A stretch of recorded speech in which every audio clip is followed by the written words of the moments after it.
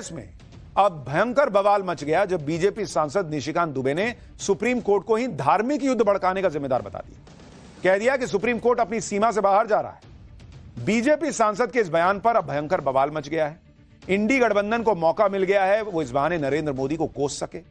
यह भी आरोप लगने लगे कि बीजेपी नेता तो खुलेआम कोर्ट को धमका रहे हैं। हालांकि बीजेपी ने अपने सांसद के बयान से खुद को अलग कर लिया और बयान को खारिज कर दिया, लेकिन बात सिर्फ यहीं खत्म नहीं हो गई। अब निशिकांत दुबे के खिलाफ अवमानना की माफ कीजिएगा, अब निशिकांत दुबे के खिलाफ अवमानना की कार्रवाई शुरू करने की मांग हो गई है। सुप्रीम कोर्ट के खिलाफ अगर कोई सांसद विवादित बयान देता है तो उस पर कानूनी तौर पर क्या एक्शन हो सकता है, क्या उसे जेल हो सकती है, ये सब आपको आगे बताऊं। निशिकांत दुबे के बयान पर सुप्रीम कोर्ट के जजेस की भी टिप्पणी आ गई है। सुप्रीम कोर्ट की बेंच ने कह दिया है कि निशिकांत दुबे के खिलाफ अवमानना की कार्रवाई के लिए उन्हें सुप्रीम कोर्ट की मंजूरी की जरूरत नहीं है। उधर एक सुनवाई के दौरान सुप्रीम कोर्ट ने ऐसी टिप्पणी भी की जिससे यह सरकार को मैसेज चला गया कि निशिकांत दुबे के बयान से कोर्ट आहत है। सुप्रीम कोर्ट ने एक मामले में टिप्पणी करते हुए कहा कि हम पर पहले ही कार्यपालिका के काम में दखल देने के आरोप लग रहे हैं भाई। यानी निशिकांत दुबे के खिलाफ बात अभी खत्म नहीं हुई। और ऐसा नहीं है कि निशिकांत दुबे पार्टी से लेकर विपक्ष और कोर्ट सबके निशाने पर है, बल्कि देश में ऐसे भी लोग हैं जो खुलकर निशिकांत दुबे के बयान का समर्थन भी कर रहे हैं। ये वो लोग हैं जो कई बातों को लेकर सुप्रीम कोर्ट से नाराज हैं। आज पाठशाला में सरकार और सुप्रीम कोर्ट के कामकाज के दायरे में बारे में बात करेंगे। कौन किसके काम में दखल दे रहा है, नहीं दे रहा है, सुप्रीम कोर्ट को क्या कुछ सोचने की जरूरत है, नहीं है, सरकार को क्या सोचने की जरूरत है, इन सब पर आज बात होगी। इस पूरे मामले में इंदिरा गांधी और अरुण जेटली जैसे नेता क्या कह कर गए हैं यह भी बताऊंगा, लेकिन पहले विवाद की एक झलक देखिए।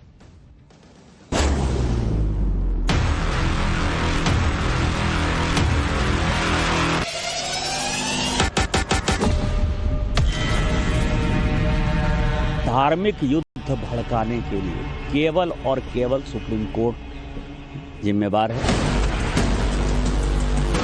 पढ़ो, तुम लोग ट्यूबलाइट हो। सुप्रीम कोर्ट सर्वोच्च संस्था है, वो सर्वोच्च ही रहेगी। बहुत खौफनाक बयान है। तो चुनाव राष्ट्रपति सर्वोच्च है।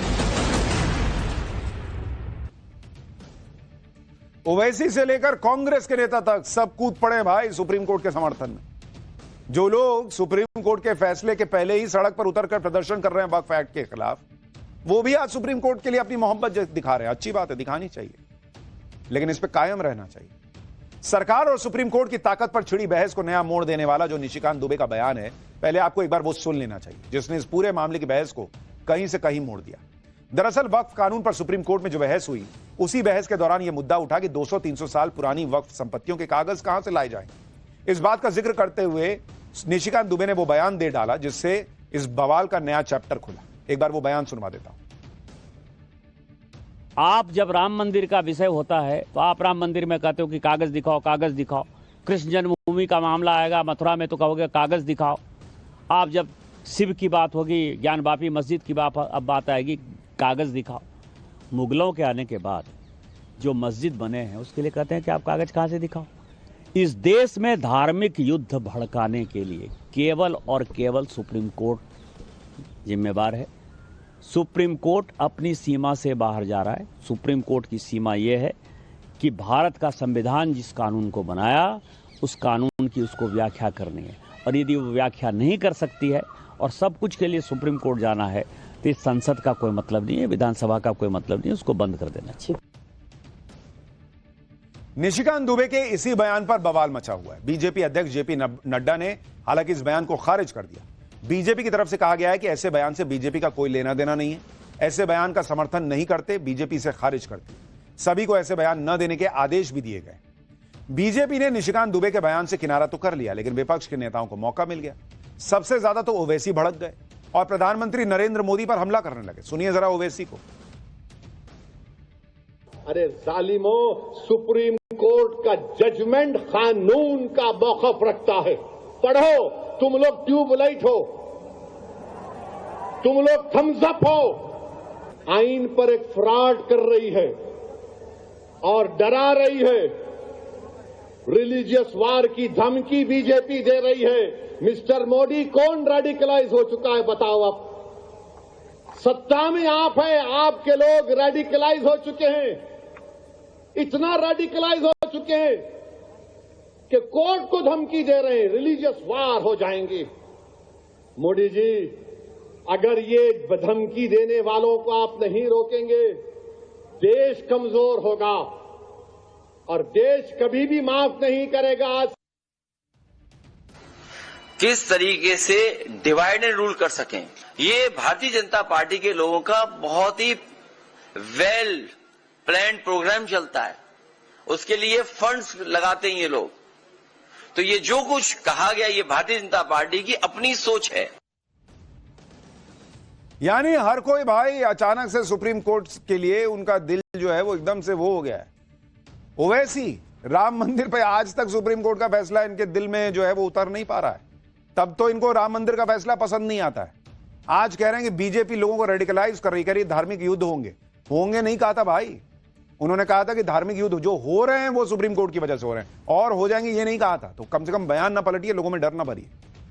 निशिकांत दुबे के बयान पर कांग्रेस भी भड़क गई। कांग्रेस की तरफ से कहा गया कि मोदी सरकार सुप्रीम कोर्ट को कमजोर करने की कोशिश कर रही। सुनिए कांग्रेस नेता और वरिष्ठ वकील सलमान खुर्शीद को। जो लोग हैं, जो एमपीज हैं या कोई और है, वो सुप्रीम कोर्ट पर प्रश्न चिन्ह लगाए या किसी भी कोर्ट पर प्रश्न चिन्ह लगाए, वो बहुत दुख का विषय है, बहुत दुख का विषय है। राहुल गांधी विदेश जाकर देश की हर संस्था को खत्म बता सकते हैं। आज कांग्रेस करी बाप रे बाप, सुप्रीम कोर्ट पे सवाल उठ गया। ओहो, आज सुप्रीम कोर्ट के अपमान पर आंसू बहाने वाली कांग्रेस सुप्रीम कोर्ट का कितना सम्मान करती है ये आगे दिखाऊंगा। आपको इंदिरा गांधी का वो बयान भी सुनाऊंगा जिसमें वो सुप्रीम कोर्ट पर भयंकर टिप्पणी कर रही हैं। लेकिन पहले बात मौजूदा विवाद की। सुप्रीम कोर्ट और सरकार के बीच नए विवाद का चैप्टर तब खुला जब 8 अप्रैल को सुप्रीम कोर्ट ने तमिलनाडु के राज्यपाल को लेकर एक फैसला दिया। सुप्रीम कोर्ट ने तमिलनाडु के राज्यपाल की तरफ से रोके गए बिलों को गलत बताया। इसी फैसले में सुप्रीम कोर्ट ने राज्यपाल के साथ साथ राष्ट्रपति के लिए भी बिल को लेकर समय सीमा तय कर दी और आदेश दे दिया कि राज्यपाल की तरफ से भेजे गए बिल पर राष्ट्रपति को भी 3 महीने के भीतर फैसला लेना ही होगा। सुप्रीम कोर्ट की तरफ से राष्ट्रपति के लिए 3 महीने की टाइमलाइन सेट करने पर ही विवाद खड़ा हुआ। सवाल उठने लगे कि सुप्रीम कोर्ट अपनी संवैधानिक ताकतों से बाहर जाकर राष्ट्रपति को आदेश कैसे दे सकता है। इसे कार्यपालिका में सुप्रीम कोर्ट का दखल मानने लगे कई लोग। इस पर उपराष्ट्रपति जगदीप धनखड़ ने भी सवाल उठाए। कहा था कि जज सुपर पार्लियामेंट की तरह काम कर रहे हैं। इस मामले में बयान देते हुए निशिकांत दुबे और बीजेपी सांसद दिनेश शर्मा ने भी बयान दिया, लेकिन इनके बयान पर विवाद हो गया। राष्ट्रपति को लेकर सुप्रीम कोर्ट के फैसले पर निशिकांत दुबे और दिनेश शर्मा ने क्या कहा था, आपको एक बार वो भी सुनवा देता हूं।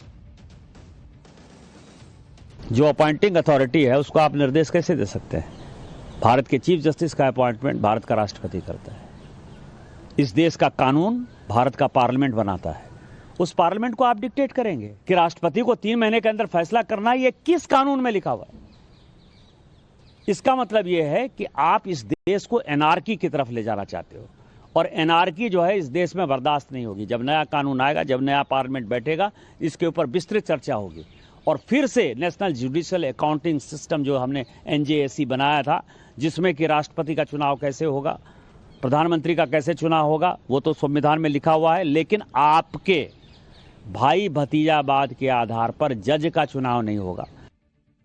भारत के संविधान के अनुसार कोई भी संसद को यानी राज्यसभा और लोकसभा को निर्देशित नहीं कर सकता और क्योंकि राष्ट्रपति के दस्तखत हो चुके, राष्ट्रपति सर्वोच्च है, राष्ट्रपति को कोई चुनौती नहीं दे सकता। तो ये बातें लोगों के मन और मस्तिष्क में आती हैं और मैं समझता हूं कि ये लोकतंत्र के लिए भी जरूरी है कि जो श्रद्धा का भाव जनता का माननीय न्यायालय के प्रति है वो बना रहे। इसलिए इस सारी चीजें जो विसंगतियां उठ रही हैं वो नहीं उठना चाहिए।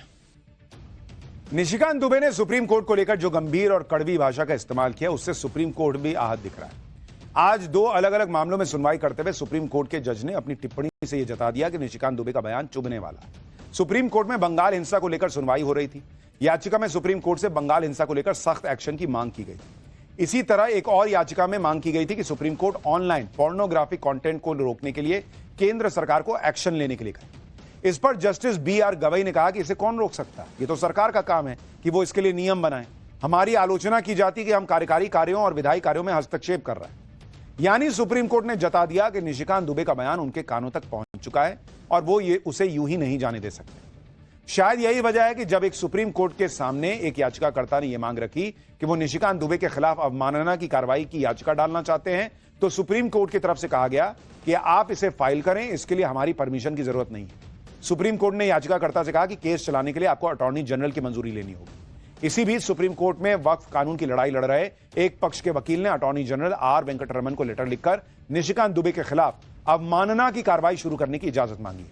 कंटेम्प्ट ऑफ कोर्ट एक्ट 1971 के अनुसार कोर्ट खुद अवमानना की कार्रवाई शुरू कर सकता है या फिर इसके लिए अटॉर्नी जनरल या सॉलिसिटर जनरल की अनुमति लेनी होती है। अगर इस मामले में निशिकांत दुबे अवमानना के दोषी पाए जाते हैं तो फिर उन्हें 6 महीने की जेल या 2000 रुपए जुर्माना या दोनों की सजा हो सकती है। हालांकि ऐसे केस जिसमें पब्लिक फिगर शामिल हैं, ज्यादातर मामले माफी से निपटा दिए गए। साल 1970 में केरल के पूर्व मुख्यमंत्री ईएमएस नंबूदिरीपाद पर सुप्रीम कोर्ट ने 50 रुपए का जुर्माना लगाया था, क्योंकि उन्होंने कह दिया था कि कोर्ट अमीरों के हक में फैसले देता है। यानी दो बातें क्लियर है कि चाहे संसद ही क्यों ना हो, सुप्रीम कोर्ट के खिलाफ कुछ भी बोलने की आजादी नहीं है। अगर ऐसा करते हैं तो सुप्रीम कोर्ट उन पर एक्शन ले सकता है। लेकिन सुप्रीम कोर्ट की अवमानना पर सांसदों की सदस्यता नहीं जाती, क्योंकि उस केस में सजा 2 साल की होनी चाहिए। निशिकांत दुबे पर कानूनी एक्शन होगा या नहीं होगा, यह आगे क्लियर हो जाएगा। लेकिन कुछ लोग ऐसे भी हैं जो निशिकांत दुबे का खुलकर समर्थन कर रहे हैं, जिनका यह मानना है कि सुप्रीम कोर्ट कई बार दोहरा रवैया अपनाता है या फिर कोर्ट को मिली असीमित शक्तियों का दुरुपयोग होता है। जैसे बहुत से लोगों का कहना है कि सुप्रीम कोर्ट अपने दायरे से बाहर जाकर सरकार के फैसले में दखल देता है। सोशल मीडिया पर बहुत सारे लोग लिख रहे हैं